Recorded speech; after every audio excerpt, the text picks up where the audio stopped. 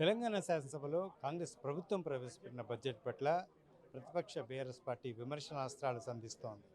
ఇందులో ఎలాంటి అభివృద్ధి సంక్షేమానికి సంబంధించిన లెక్కలు లేవు అనే అంశాన్ని కూడా కొద్దిసేపు క్రితం కేసీఆర్ చెప్పుకొచ్చిన పరిస్థితి కనిపిస్తుంది. తీవ్ర స్థాయిలో విమర్శిస్తున్నారు.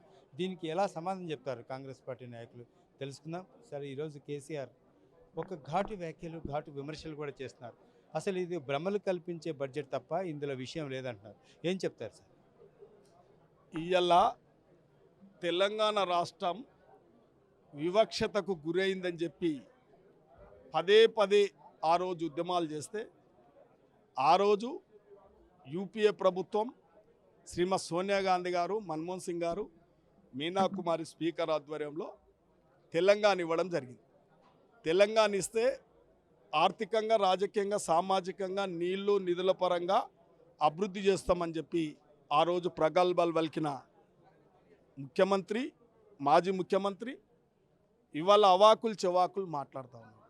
ఇవాళ ఈ రాష్ట్ర ప్రజలు తెలంగాణ ఇచ్చిన తర్వాత 10 సంవత్సరాల అవకాశం ఇస్తే ఇలా అన్ని రంగాలను నిర్వీర్యం చేసి, ఉదాహరణకు ఇలా విద్యను నిర్వీర్యం చేసి, వైద్యాన్ని నిర్వీర్యం చేసి, ఆర్టీసీని అతలకుతలం చేసి, రాష్ట్ర ఆర్థిక పరిస్థితులను దిగజార్చి ఇవాళ అస్తవ్యస్తం చేసి ఈ రాష్ట్రాన్ని అప్పుల కుప్ప చేసి ఇవాళ కుంభకర్ణునిలాగా ప్రజలిచ్చిన తీర్పును జీర్ణించుకోలేక కుంభకర్ణునిలాగా 6-7 నెలలు ఫామ్ హౌస్లో పండుకొని ఇవాళ వచ్చి ఇవాళ రేవంత్ రెడ్డి గారు రైతు బిడ్డ, నల్లమల్ల రైతు బిడ్డ, ఇవాళ వాస్తవాలు రైతులకున్న ఇబ్బందులు కానీ ఈ తెలంగాణ రాష్ట్ర ప్రజలకు, సబండ వర్గాలకు ఏం అవసరం ఉంటుందో వాళ్ళ సంక్షేమం కానీ, వాళ్ళ అభివృద్ధి కానీ ఆచరణలో సాధ్యమయ్యే బడ్జెట్ను ఇలా 24-25కు కేటాయిస్తే ఇలా డిప్యూటీ సీఎం బట్టి విక్రమార్క గారు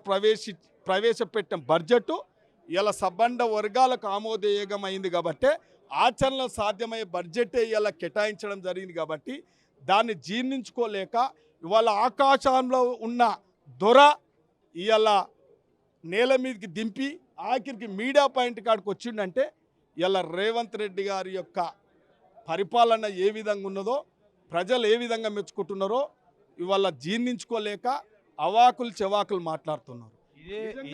సభా మర్యాదలు లేకుండా అందులో కొన్ని కుక్కలు ఉన్నాయి, టీఆర్ఎస్ కుక్కలు ఉన్నాయి.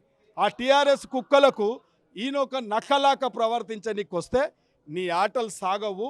ఆ రోజు 10 ఏళ్ల నాడు మోసం చేయగలిగినవు తప్ప ఈరోజు మోసపోవడానికి ఎవరు సిద్ధంగా లేరు. నిన్ను చీల్చి చెండాడే పరిస్థితి ఇలా కాంగ్రెస్ పార్టీ అన్ని విధాల కూడా ఇలా రాష్ట్ర స్థాయి మంత్రులు కానీ, మాజీ పీసీసీలు కానీ, సీనియర్ నాయకులు కానీ ఇవాళ అందరూ కూడా తెలంగాణను అన్ని విధాల మనము రాజకీయ ప్రయోజనాలు ముఖ్యం కాదు, తెలంగాణ ప్రజల యొక్క ప్రయోజనం ముఖ్యం, తెలంగాణ అభివృద్ధి ముఖ్యం, తెలంగాణను అన్ని విధాల మనము అభివృద్ధి ప్రగతంలో నడపాలనే ఒక అంకుటిత భావంతో, ఒక సంకల్పంతో ముందుకు పోతూ ఉంటే ఇవాళ అవాకులు చెవాకులు మాట్లాడుతూ ఉన్నాడు. కాబట్టి ఇవాళ నిన్ను బోన్ దాకా తీసుకొచ్చినాం, మీడియా పాయింట్ దాకా తీసుకొచ్చినాం, రేపు బోన్లో నిలబెడతాం, తప్పకుండా నువ్వు చేసిన నేరాలను నిలదీస్తాం, నిన్ను ఎక్కడ కూర్చుని పెట్టాలో, నువ్వు ఎక్కడ చిప్పకూడు తింటావో అక్కడ చిప్పకూడు తినడానికి సిద్ధంగా ఉండాలి. కానీ ఇక్కడ ఎవ్వరు భయపడరు, నీ కుప్పిగంతులకు ఎవరు భయపడాడు. ఇక్కడ బడ్జెట్ని ఈస్ట్మన్ కలర్లో చూపించారు తప్పితే అందులో వాస్తవాలు లేవు అనేది కేసీఆర్ వాదన. గతంలో వాళ్ళొక మోసపూరితమైన హంకలగారడి బడ్జెట్ అంటేనే హంకలగారడు. ఉదాహరణకు వారు 3 ఎకరాల పొలం బడ్జెట్ కేటాయించారు. ఈ రాష్ట్రంలో తెలంగాణలో ఎక్కడైనా 3 ఎకరాల పొలం ఇచ్చిన దాఖలాలు ఉన్నాయి? ఏ ఊర్లోనో పొలం ఒకటి.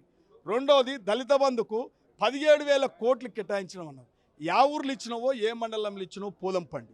అంటే మీరు అమల్ఖాన్ హామీలు చేసింది మీరు, గారెడి విద్యలు చేసింది మీరు, మీకు తప్పు చేసినోనికి, తప్పులు చేసినోనికి అదే కనపడుతుంది. కాబట్టి ఇవాళ వాస్తవాలకు సత్యదూరం అనుకుంటే వాళ్ళు పొరపాటు. కాబట్టి ఇవాళ వాళ్ళు చేసే పనికి, మేం చేసే పనికి, రేవంత్ రెడ్డి గారు చేసే పనికి చాలా తేడా ఉంటుంది. కాబట్టి వాళ్ళు చేసిన మోసాన్ని మేం చేయలేం. కాబట్టి మోసపూరితమైన బడ్జెట్ కాదు, అంకెల గారెడ అసలే కాదు. కాబట్టి ఇలా సబండ వర్గాలకు, తెలంగాణకు ఉపయోగపడే బడ్జెట్. Thank you sir.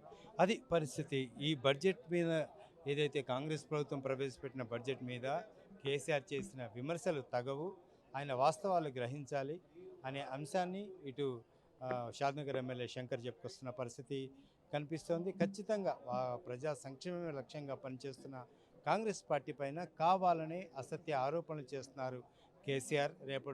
రేపటి నుంచి తెలంగాణ శాసనసభలో తేల్చుకుంటాం అనే అంశాన్ని కూడా శంకర్ చెప్పుకొస్తున్న పరిస్థితి కనిపిస్తోంది. కెమెరా పర్సన్ రాజాతో హరికృష్ణ, వన్ ఇండియా తెలుగు, హైదరాబాద్.